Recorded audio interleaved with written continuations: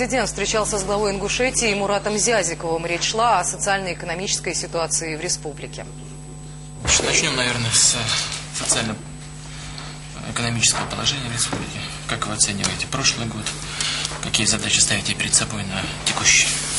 С 2002 года по сегодняшний период мы проинвестировали в республику, в республиканский бюджет почти 6 миллиардов рублей.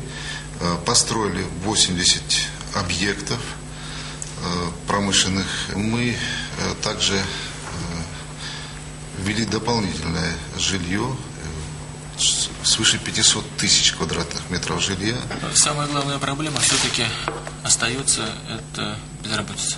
Мы планируем до конца 2007 года около 40 тысяч рабочих мест.